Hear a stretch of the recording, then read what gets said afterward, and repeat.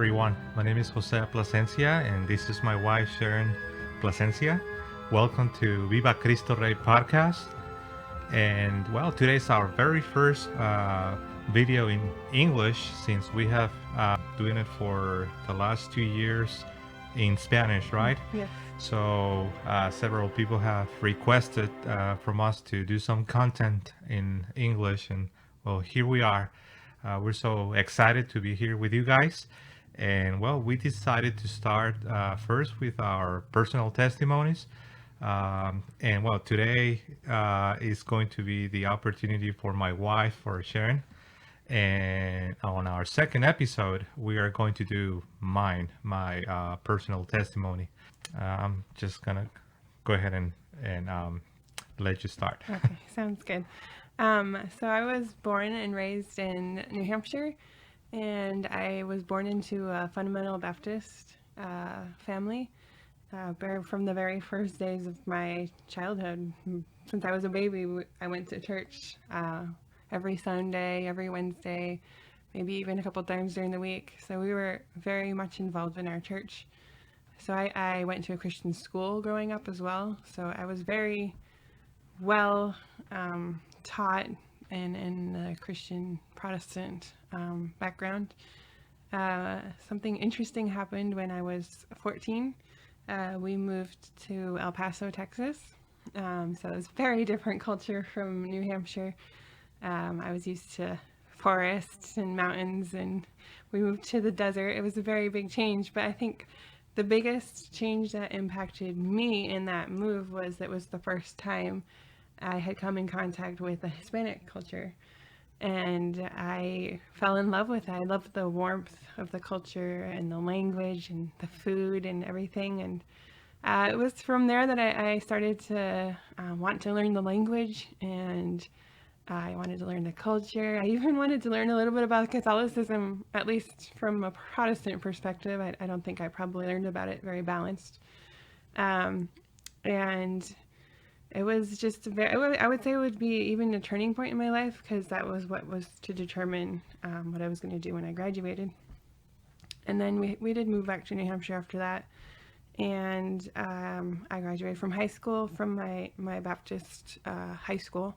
And then I went to a Bible college in Indiana, which was a very fundamentalist Baptist Bible college. For those who might not know, will you explain what do you mean when you say fundamentalist Baptist? Just for the sake of those who don't know. There are a lot of different denominations of Baptist. So fundamentalist Baptist is extremely conservative. They even in Fundamentalist Baptist, there are branches and circles, so there are differences, but generally speaking, they hold to King James only Bible, things like dispensationalism, the rapture, and some maybe stricter rules for living than you might find in some other denominations, and of course the Baptist distinctives. Okay, so you guys would read just the King James Bible, right? Yes. Okay. And I went to a college called Fairhaven in Indiana, which is very fundamental Baptist college. And there I graduated with a degree in being a teacher, and a high school teacher. And from there I moved to California to start teaching in a Christian school. I have a little bit of family in California, and that's between that and this opening in the school, I was attracted to California. And I worked for a couple of years in a Christian school there. Living on the campus itself, I was very involved in my church. And the reason why I'm talking about this is because I want people to understand that being a Baptist was my life. It wasn't just a part of who I was. It was every day, almost every minute of every day of my life. So for you, would you say that for you, it wasn't just like the religion of your family, but it was something really very of yours? Yes. Like you made it yourself. Very personal. Yes. Okay. And I would say it was maybe through the end of college that I really started making it more my own. As a teenager, I wouldn't have said it. I had really made it my own until I was on on my own. Yeah. And then in college, the end of college, and when I began to live on my own, is when it became more real to me. And then in 2008, with the economic crisis that we went through, the school closed. So I had to, what was I going to do now? And I started praying, and I started asking God for direction. I just didn't know what to do. I wasn't sure if I should stay, maybe take on a job as a second language teacher. But I started feeling very strongly that I should try missions for a little bit. I wanted to learn Spanish. I studied Spanish, but I hadn't learned it. Like, it's one thing is to learn in a classroom, and another thing to learn with people in the culture. So I decided that's something I wanted to do. I wanted to experience what it was like to work on a mission field. So I began praying, and I had a very specific prayer request. I asked God that the first person that would tell me that they needed my help, that's the place I would go. And I wrote to missionaries. I wrote to some different schools in different countries, all Spanish-speaking countries. And the first person that came to me with that answer, a few people said, yeah, you can come, or things like that. But the first person that gave me the answer, we really need you, was in Tijuana, Mexico. And so that was my answer. And I just packed up and went to Tijuana. I hadn't even met the missionary, but I just knew that was the right thing to do. And I would say that I was there for 3 years. And I would say in that time of my life, I probably experienced one of the biggest periods of spiritual growth up to that point in my life, because living on the mission field, dealing with culture shock, learning a new language, and not even having any income, so learning to live by faith, it made my prayer life a lot more real, my devotional life a lot more real. So even though I'm now Catholic, I still appreciate very much and value very much that time of my life living on the mission field. And it was there on the mission field that I met my husband. I was working as a teacher, and we were living on this compound where there was an orphanage, there was a Christian school, there was a Bible institute. My husband he wasn't my husband at the time, but he was in charge of the Bible Institute there. And so we were both working full time. As I was saying, being a Baptist was everything about who I was. So we were working there together, and I loved what I saw in him and his love for God, and we fell in love there. And after being there for 2 years, we were married, and we stayed there for another year. And we felt God's leading to move us on. So we were sent by that church to downtown San Diego to start a Hispanic church, because we had noticed that there wasn't a Fundamental Baptist church in the downtown area of San Diego. And we wanted to plant a church there. And that was also a very forming time in our life, because we just stepped out without really any real support financially, but God always provided, and it was a very good time in our lives. And I also got pregnant with my first child there, and so at the same time we were starting a church. It was great. And then my Jose, he really enjoys reading and studying, and in that time, he began seeing some things that seemed to oppose what we believed as Fundamental Baptists. He started having questions, and I remember the one time where he told me about the rapture, and how he didn't think that the rapture was true. And I actually remember the first time he told me that, because I had been taught that all my life. Just an example of just maybe one little thing at a time went changing.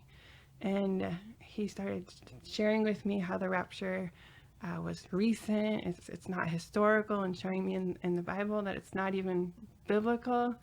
Yeah, well, it is historical, but And not it is. I mean, its history is very, very short. very short Yeah. from the 1800s. Yeah. So and also that it came from one area of the world. It wasn't like a universal thing. So it was just some things like that we began seeing, and he started studying things like predestination and wondering, listening to debates and wondering about it, and it was just a very just we started having questions and wondering about certain things about our fundamental Baptist faith.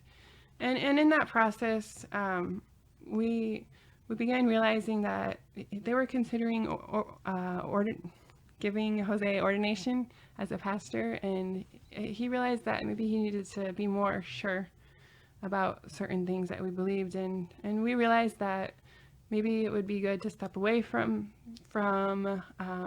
the mission field or the pastorate, and to begin to explore and study. And so we ended up just going up with my family and taking time to study and to get to know our faith more. Our family was growing at that time too, and yeah. Yeah, I remember that one of the things that really called my attention when we were in San Diego trying to plant this fundamental Baptist church was the fact that all around us were already churches, Yeah. just not the same as our church. But that was a little bit awkward to me because I would see Missionary Baptist Church, Southern Baptist Church, Methodist Church, non-denominational Calvary Chapel. So I would see like different churches, and I was like, okay, so here we are trying to start a church, of course, a fundamental Baptist church. But so I just wanted to say that that was like one of the first things that started to call my attention. Yeah, I think what happened is starting planting a church in downtown San Diego, we had stepped out of the bubble of the mission compound we were in. And so I think it gave us a chance on our own to start opening our eyes to these certain realities. Like you said, like we're in a neighborhood. There's already tons of churches. What makes our church the one that's the right one instead of all of these others? Hmm. Exactly. So Yeah, and then we were up in Northern California, and during that time, Jose was really studying. Catholicism was probably the last thing on our mind, even at that point. But he was studying, and I remember him listening to debates because the particular topic of doubt at that time was predestination. Are we predestined, or how does that work? How does free will work? And I remember him listening to debates, and you would have people on both sides of the aisle, and they would both have verses to support their arguments. And I remember thinking, which side is right? They both have verses, and this is confusing, but they can't both be right because their sides conflict with each other. mhm.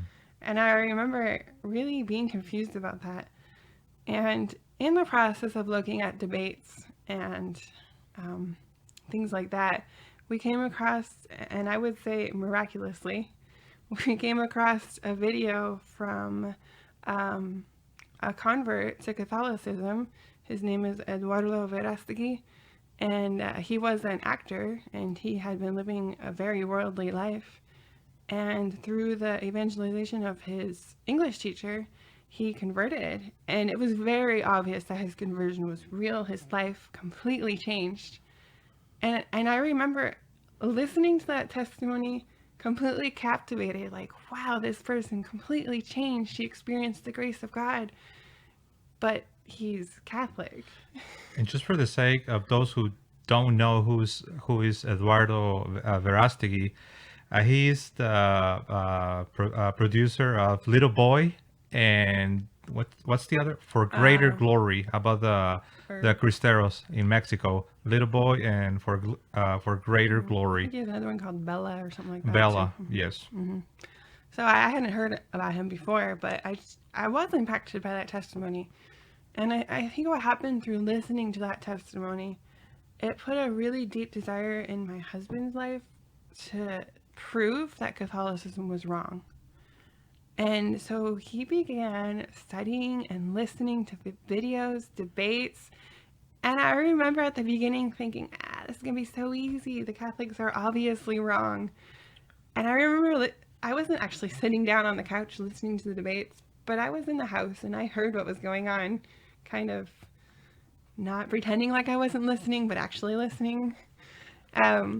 And I remember being disappointed so many times in the debates. I was like, wow, like the Catholics seem like they might have a point.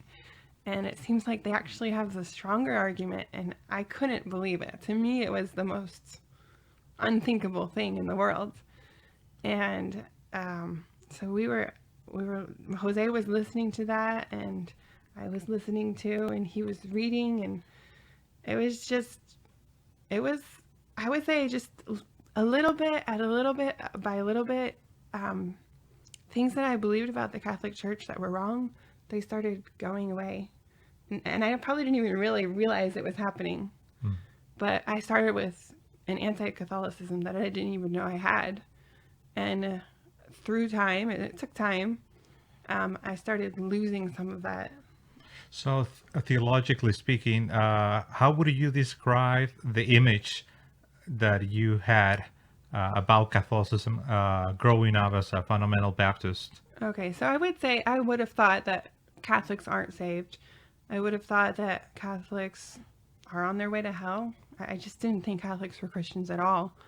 I thought that the Catholic Church was the whore talked about in Revelations. So I had a really bad image of Catholicism. I think one of the things that I most misunderstood about the Catholic faith is I thought Catholics were saved by works. That's how I was taught that Catholics believed, and I thought, Catholics think that through their own works that they're going to get to heaven. And I actually even wrote a couple of things here that I would like to read to you. When I began seeing the Catechism and listening to some of the debates, I began realizing that's not accurate. That's not what Catholics believe. In fact, the Catechism says in the paragraph 1945, it states, moved by grace, man turns toward God and away from sin, thus accepting forgiveness and righteousness from on high. That is not what I thought Catholics believed. I didn't realize that they believed that salvation was by grace. Now, I believe that salvation was by faith alone, that faith by itself gets you to heaven. But that's not exactly what the Bible teaches. In fact, I even had difficult times with certain verses in the Bible as a Protestant. Like, for example, the Philippians 2:12 that says, work out your own salvation with fear and trembling, or James chapter 2, verse 24. You see that a man is justified by works and not by faith alone. Well, what could I do with those verses as a Protestant? That's really not what I believed. I believed that faith was alone. And so when I began coming up against this, I really started having questions and doubting and wondering. Like, it almost seemed like the Catholic belief was more in line with the Bible. And it really surprised me. Yeah, and just for the sake of those who wonder, like why I started to study Catholicism. So real quick, I'll let you drink up some water or Okay. something. So I just realized that I didn't know much about the Catholic faith, even though I grew up as a nominal Catholic, cultural, really, not really well formed in the Catholic faith. So I just realized how little I knew. So I wanted to study just to be able to totally refute the Catholic faith. So that was my whole purpose. I wanted to equip myself. I wanted to be equipped so I can successfully refute all the claims of the Catholic faith. Of course, in the process, I ended up realizing that I was the one who was wrong. But anyways, just a parenthesis. Yeah. I'll let you continue with. I remember, even when I was in college, I remember there was this one time I was struggling a lot with the book of James. And I remember I was reading it and I was studying it, and I was like, I was just not understanding it. And I remember going to one of my teachers and asking them about that. And they gave me an explanation, and for a couple days I was okay with it. I was like, oh, okay. But I remember even after like a few days, I was still thinking about it, and I was still struggling with, like, James just doesn't seem to fit in with what I believe as a Baptist. And I just wanted to mention that because when I started studying the Catholic teaching of salvation, by grace, yes, but it is accompanied with works.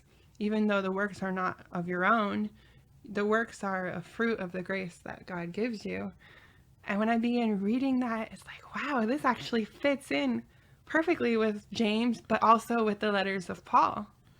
Like, they aren't against each other, they work together. And Like, the Catholic theology doesn't require you to rule out one of those, either faith or works, but it brings together faith and Christian works. Of course, that's another thing, right? That we thought that when Catholics would mention works, the role of works in the economy of salvation, we would think that they meant like human power, human efforts. And of course, that's not the case. Works, those are the works of Christ. I guess I would put it, works that flow from the grace of God through faith in Christ. They do not come from your fallen nature. Those come from the grace of God. Yeah, and in fact, the Catechism is extremely clear. In paragraph 1949, it says, man stands in need of salvation from God. How much more clear can that be? Divine help comes to him in Christ through the law that guides him and the grace that sustains him. It's very clear in the Catechism that salvation isn't by one's own effort. It's by grace. Our works of charity are because of the grace that God gives us. And when I began to understand that, it was like a lot of the walls that I had against Catholicism began to fall away. Because that was probably my biggest objection to Catholicism. Because I thought that their theology on salvation was totally wrong, and even wrong to the point of sending their people to hell. So that was a very big deal to learn really what the Catholicism teaches. And then another thing that I really misunderstood about Catholicism was the Eucharist, which is one of the central doctrines of Catholicism. I had thought that Catholicism, or that the Eucharist, was Jesus being sacrificed over and over again. I was like, that is so wrong. Jesus can't be sacrificed over and over again. There was one sacrifice, and that one sacrifice paid for my sins. And then I began, reading about it and learning that, no, it's not like that. It is one sacrifice, but just being made present in each Mass, in each consecration of the host. And that was really interesting. And also, when I read, maybe leaving my Protestant eyes behind and with my eyes open towards Catholicism, when I read John 6 with the understanding that the Eucharist is the body and the blood of Christ, it's so clear. It says in John 6 in verses 51 through 56, and part of it says, "For my flesh is food indeed, and my blood is drink indeed. He who eats my flesh and drinks my blood abides in me, and I in him." And it's not symbolic, because his followers, they were revolted at the thought of eating flesh and drinking blood, and they turned away. It says in the same passage, they stopped following him because they took him literally. And Jesus didn't stop and say, "Oh no, and I was just speaking figuratively." No, he let them go, and he continued talking more about it. So that was really clear to me. Like, he's talking literally. Actually, he challenged his apostles, "Would you like to go too?" He asked them. Yeah, exactly. And also, In 1 Corinthians 11:27-30, it says, "For anyone who eats and drinks without discerning the body, eats and drinks judgment upon himself. That is why many of you are weak and ill, and some have died." If the Eucharist is just a symbol, why would you die if you eat it unworthily? But if it's something like the presence, the real presence of Jesus, that makes more sense. Or the opposite, if it is a symbol, and people who believe it's just a symbol, they would say, oh, when you eat it, nothing happens, because they don't believe in the sacramental theology, that you actually receive the grace of God. But interestingly enough, that passage right there, it says that if you eat it unworthily, a curse is going to come upon you. But how about the opposite? When you eat it worthily, Yeah. they would say, oh, no, nothing happens. Right. Something's not quite Right. right. And not only that, my husband introduced me to the earliest Christians, the church fathers. And I had always assumed that the first Christians were Baptist like myself, that they had churches like my Baptist church, very similar. And when I began reading some of the earliest Christians, we're talking 1st, 2nd century, and their writings were very Catholic, I really could not believe it. Like, I was so taken by surprise. I almost felt like, why has nobody ever talked to me about these people before? I really felt like that. How is it possible that I didn't even know of their existence? And that I was just taught all my life that, oh yeah, the first Christians are just like we are. In fact, Saint Ignatius of Antioch, he lived in the 1st century. In the letter to the Smyrnians, he wrote about the Eucharist. First of all, he wrote, "They have no regard for charity, none for the widow, the orphan, the oppressed, none for the man in prison, the hungry, or the thirsty. They abstain from the Eucharist and from prayer, because they do not admit that the Eucharist is the flesh of our Savior Jesus Christ, the flesh which suffered for our sins, and which the Father in his graciousness raised from the dead." And we're not just talking about anybody. We're talking about somebody who was martyred by lions for the faith. So this man was willing to lay down his life for his Christian faith. And he's writing very clearly about the real presence in the Eucharist. And he's not the only one, but that's the example I have here with me. And not only that, if you look at the first part, it's talking about charity and caring for the orphan and widows. That sounds so Catholic to me. And Eucharist. And the Eucharist. Actually, I remember as a Protestant, I did read a couple of quotes here and there from the Apostolic Fathers. But you know what I would think? I think because they are Catholic, I think they are just using Catholic lingo like Eucharist. In my mind, I was like, probably that is just communion or whatever. But no, if you go to the original, to the Greek, it's Eucharistein, which that's from where we get the word Eucharist, which means, of course, Thanksgiving. Mm-hmm. Now, it is interesting that the quote you just read, it says they, right? Mm-hmm. But actually, if you go to the actual letter, mm-hmm. it says the heretics. Okay. In context. In context, says, right. And I remember when I read it, I was like, wait, this Ignatius of Antioch is talking about heretics. And he's saying that they deny that the Eucharist is the flesh of Christ. And I was like, that's exactly what I say. So I was like, this guy from the 1st century and the beginning of the 2nd century is pretty much calling me a heretic, because I believe the same. I didn't believe that it was the flesh. It was just utterly shocking to be reading these letters, and not just the topic of the Eucharist. For me, that was a big topic. So was the salvation by works. Those were both probably the biggest topics for me. But to also read about other things like the authority of the church and the apostolic succession and all of these things, that you can find them in the earliest writings of the church, and how I wasn't even aware of their existence. It was just amazing to me. In fact, if anybody's listening that is not Catholic, but maybe is interested in the Catholic faith, I would highly recommend to read the writings of the earliest Christians. And many of these people were martyrs. So they're not just speaking lightly. Yes, sadly, many of our evangelical Protestant brothers, not all of them, but many of them would say, "Oh, I really don't care what those apostolic fathers said. The only thing I care is what the Bible says."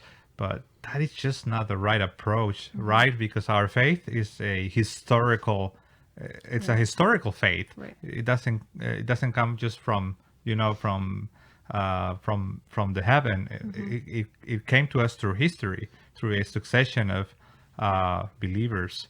So I guess the only reason I'm saying that is if anyone is listening to us, just ask yourself, why do I have that attitude to the disciples or the apostles? Why do I say that I don't care what the church fathers had to say? So that's that was something that really stuck out to me. Is as a Baptist, I couldn't have named anybody in the first 15 centuries that was legitimately Baptist. Like maybe some people that might have had one thing in common, but I'm talking about their faith as a whole. But as a Catholic, I can go to every single century and name somebody who is Catholic, somebody who believes like I do now anyway, 2,000 years later. And that's a rich history.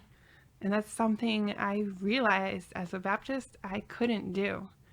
And that's a big deal. It is indeed. So I began getting over some of my prejudices against the Catholic faith. I had been taught so many things that Catholics don't actually believe. I had never actually stepped foot, not even one time, in a Catholic church in my whole life. So I just believed what I had been taught all my life. I think that's the case with a lot of people. They think the Catholics believe certain things, but the Catholics actually don't believe those things.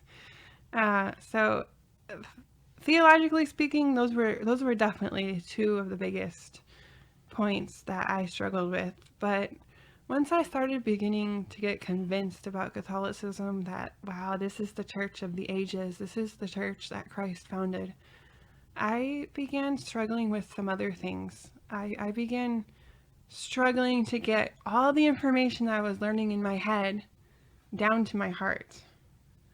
That was really difficult for me. I began understanding, oh, okay, that makes sense. Oh, it's in history. Oh, this makes more sense with the Bible. Wow, the Bible seems more real to me as from the perspective of a Catholic. But I did not feel an attraction at all in my heart towards the Catholic faith. Like, it just wasn't there. And we went to a retreat with the Coming Home Network in Maine. And it was the first time I had ever hung out with Catholics. So I had been learning a lot about the Catholic faith, but I didn't actually really know any Catholics.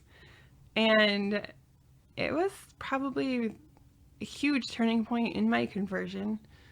I saw all these people. There was about 25 or 30 people there, and all of them were converts, and listening to their conversion stories. And not only that, I think what most impacted me was seeing their passion for their new Catholic faith. And I remember watching them and listening to their testimonies, talking about the difficulties of losing family and friends, and I was a little worried about that. Jobs.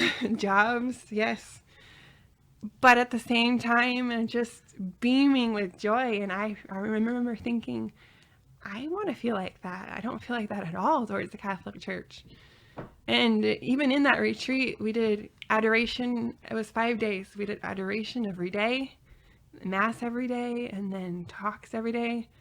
It was a little bit of a culture shock for me, because I was used to my Baptist church and my hymns, and it was the culture shock to be doing adoration, and I was starting to feel a little bit of a loss of identity as a Baptist, and it was challenging. I began to realize, if I become Catholic, this is going to imply a complete change for me, and I'm going to lose my identity, because I was Baptist. That was my career. That was everything about me was Baptist. So to become Catholic, what was I going to do as a Catholic? Okay. Just to allow you to drink a little bit of water if you want, which tells us that for a Protestant to convert to the Catholic faith, it's not just an intellectual pursuit, as you realize soon, right? Yes. But not also, so it is an intellectual, right? But also, as you just shared, you just realized that, okay, everything's here. I am persuaded, but it wasn't there, right? No. But also the other, the cultural shock. So it is intellectual, it is from the heart, spiritual, but also cultural, because as you said, your whole life was Baptist. You were used to some devotions, practices, just way of doing things, even Even the hymns. or like, even the Baptist lingo. Yeah. The way you everything. It is a whole world. It is a whole world, and I was considering leaving that world that I had grown up in, that I had studied to be a teacher in a Baptist school. So I was beginning to get scared, honestly, at that point in my conversion, especially hearing all those testimonies and all the people even crying about loss of family or loss of jobs. And I began realizing the seriousness of such a conversion and what was at stake. And that's when I forced you to convert, right? That's what many people That's what many thought, people that I think, was forcing yeah. you. So we went home after that, and I was my desire to feel that same love for the church began to grow. I didn't have it, but I wanted to have it. And so I considered doing perhaps the most unthinkable thing a Baptist could do. I considered to pray the Rosary, because I figured if there's one very Catholic thing I can do, it's to pray the Rosary. And the first time I did it, I really did have a very bad attitude about it. I just didn't see the point of saying the same thing 50 times. I didn't understand what the Rosary was about. I really just thought it was saying the same thing 50 times. I didn't even know it was a meditation. You thought they were like vain repetitions, I did. right? Even at that point, I still felt like that. But I thought maybe something's going to happen, or I don't know. I just did it. And I left disappointed, thinking that was a waste of time. But I had met somebody at that retreat, and she had expressed such a love for the Rosary. So I thought I would contact her and find out how she got such a love for the Rosary. And she shared with me a link, a video link. It's with Father Groschel, and it has videos of each mystery. Of course, at that point, I didn't even realize you were supposed to be meditating on mysteries. But it walked you through the Rosary with the Passion of the Christ, the clips from the movie, and she passed that to me. So I thought, okay, I'll try it one more time. We'll see how this goes. But I didn't know anything about it, by the way. He didn't. He didn't. And so I decided to close myself into my room and put the video on, and it was the most beautiful thing I have ever done in my entire life. I realized that the Rosary was not just repeating the same thing over and over again. I realized that the Rosary was a meditation, and a very profound meditation on the life of Christ. I was praying the Sorrowful Mysteries the first time, and it was with Father Groschel, who's a holy man. And it just showed the videos while you pray a decade. So, for example, the first decade is the praying in the garden, and so I couldn't even say the words, honestly. I just couldn't believe how beautiful the meditation of the Rosary was. I didn't understand that it was a meditation. And God did something really powerful. I really believe it was a moment of grace in my conversion. I completely changed after that. It was a very powerful experience. And to this day, I love the Rosary. And I feel like every time you pray the Rosary, when you meditate the Rosary, not just saying it without thinking, but when you meditate on the mysteries in the Rosary, you get such peace And a lot of times when you pray the Rosary, you get you understand better the life of Christ. You have the joyful mysteries, the sorrowful mysteries, the luminous, the glorious.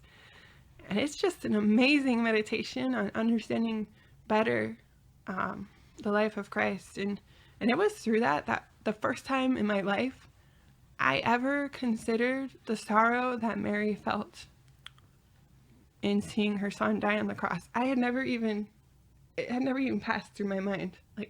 And this, I grew up in the church, in the Baptist church.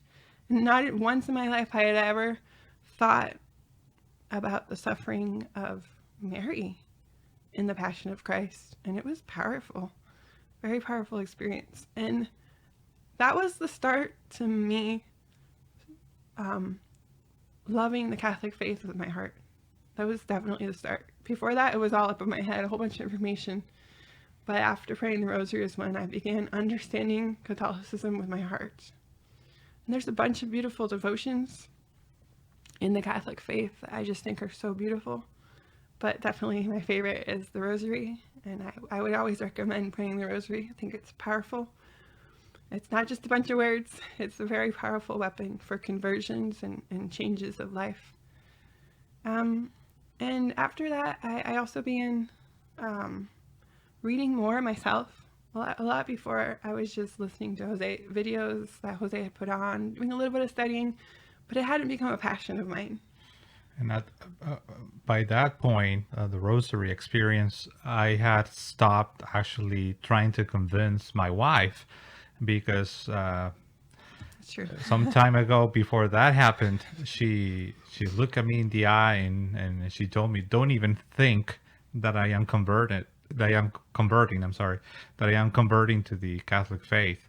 So when she said that, I was like, "Oops," because I was already ahead of her, and I was being persuaded.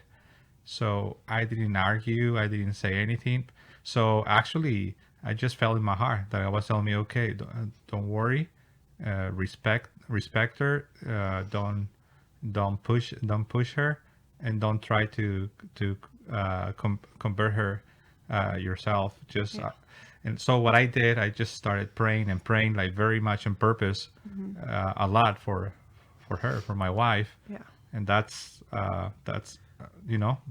God started working in my wife's heart. Yeah, and that was very important. If Jose had have pushed me when I had said to him, "I will never become Catholic," if he had pushed me or tried to defend the Catholic faith at that point, I know I would have just reacted, resisting. So I'm very thankful that he just took it to God in prayer. And God is the source of conversion anyway. So through the Rosary, I did have a grace-filled moment, and I was able to experience a very powerful moment of conversion, for which I'm very thankful for. So prayer works. Prayer is a very powerful weapon, and God will do the converting of your loved one if you just keep it in prayer and share your faith when you can as well. And I had one more very, very, very big barrier to cross before my conversion. This was kind of towards the end. I was already attending the RICA, what is it called? RCIA. RCIA classes in, because we're In Spanish it's in Spanish it's RICA. In Spanish it's RICA, but Sorry, RCIA. So I was already attending the classes, and I still wasn't quite ready because I was struggling a lot with the loss of identity I was going to experience. And I was thinking, what am I going to do as a Catholic? I don't know Catholics. Don't know how to even behave in a Catholic church. What am I going to do? I know a whole bunch of hymns, but I can't sing those in the Baptist church. I know how to be a Sunday school teacher, but I can't do that in a Baptist church. I know how to be a Christian school teacher, but I can't do that in the Catholic church, I mean. And I really began to start feeling scared about losing who I was. You thought that there wasn't going to be an opportunity for you to do something for God. Yes, exactly. You thought that you thought that it was just the priests doing Yeah, everything and the I thought laity. that was going to be the end of my service in church, I guess. And that all of the things I had worked toward as a Baptist, I was going to lose everything. I really felt very strongly that was what was going to happen. And on top of that, I was really scared of losing all my friends. I didn't have Catholic friends. I didn't even know Catholics at that time. And family. And family, I was scared to tell my family. And that was definitely a difficult barrier to get over. But I think what helps me most of all was reading the lives of the saints. I began to realize that maybe this was a barrier I wouldn't get over quickly. I wouldn't find my place in the Catholic Church quickly. It's not something that's going to happen immediately. But I began finding hope in reading the lives of the saints, because there's saints that were mothers, saints that were teachers, and I began realizing, okay, I can be a saint in the Catholic Church and I can serve God, and maybe it won't happen right this minute, and maybe I need to learn a little bit more before I can do any of that. But it began giving me hope, and the lives of the saints were very, very important at the end of my conversion process.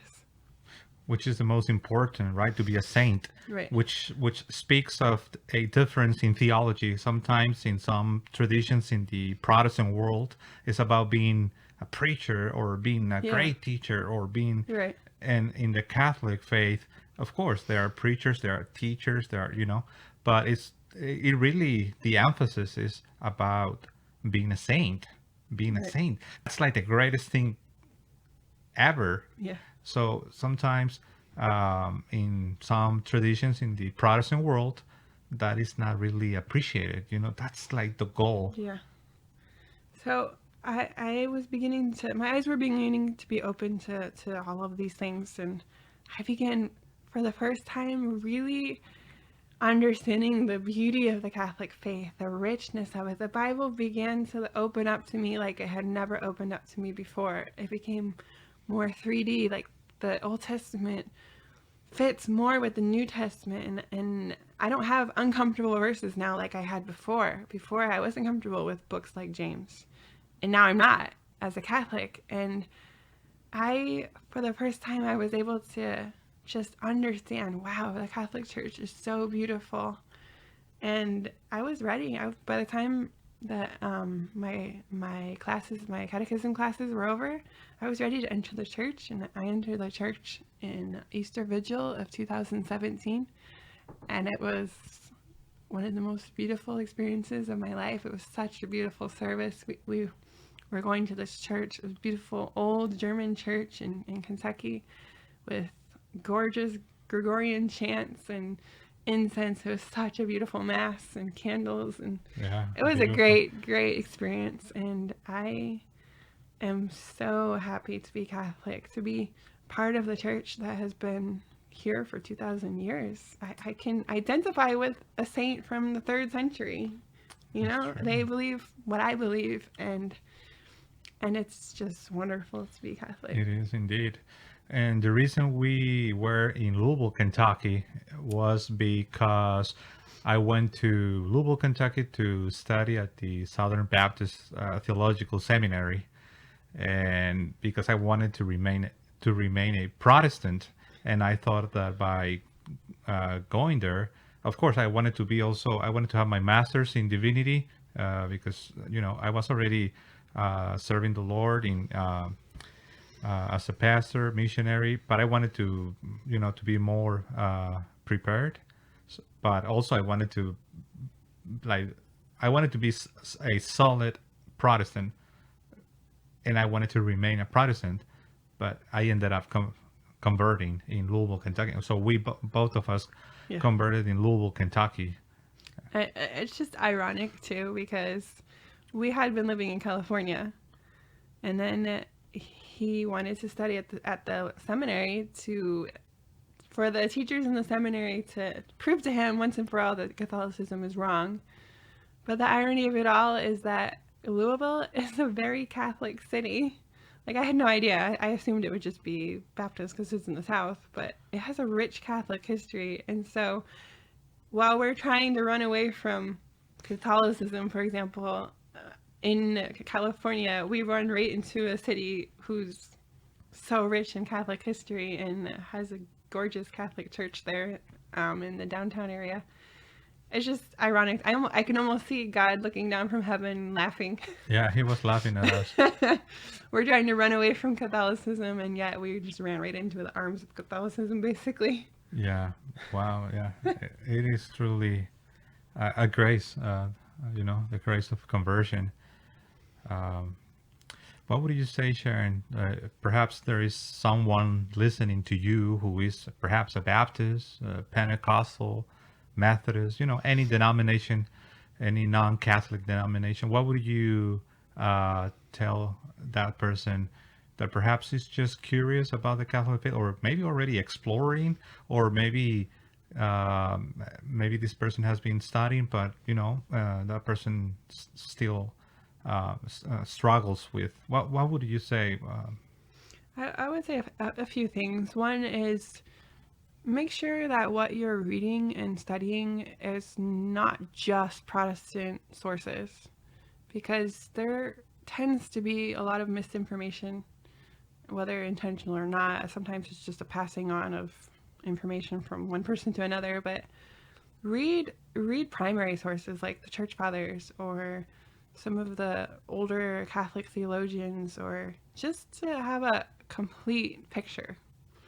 And another thing I would say, especially if you're in your conversion journey, is fear of rejection is a real thing. It's definitely something I experienced, and it was a block. In fact, I know somebody who was in my catechism class that wasn't able to enter the church because of fear of his family. So it's a real thing, and I understand that it's a real thing, but it just doesn't matter. The beauty of the Catholic faith and being in Christ Church is just so much better than anything else that it's totally worth it. Just like all of those testimonies that I listened to at the Coming Home retreat, how pretty much everybody experienced some form of rejection or difficulty, but everybody was so thankful that they were Catholics. The Catholic faith is that pearl of great price. You read about it in the Bible. That is the Catholic faith, and it's more valuable than anything else, and it's totally worth it. Read the saints, pray the devotions to really fall in love. It's not just the brain. Okay, that's important. It's important to understand the Catholic doctrines, but it's also important to understand the Catholic devotions, not the Rosary. You can do different kinds of devotions. It doesn't have to be the Rosary, but the sacramentality, yes. the sacramental theology. I remember a Protestant who converted to Catholicism saying that when he was a Calvinist, I think, he said that everything would take place between here and here. His faith as a Calvinist was very, very intellectual. Mm-hmm. And then he discovered the sacramentality of the Catholic faith, which involves everything, including your body.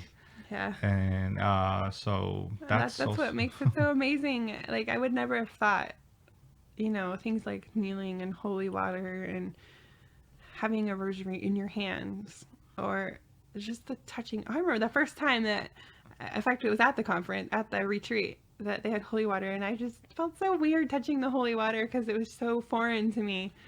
But the more you get used to it, and I don't know, it just seems... The smells and bells. It's so amazing. The smells and bells, what you hear, what you smell, what you see, all the sacred art, all the imagery. So all of those things are really powerful witnesses of what the Christian faith is all about, right? Yeah. It's not only what comes to your mind.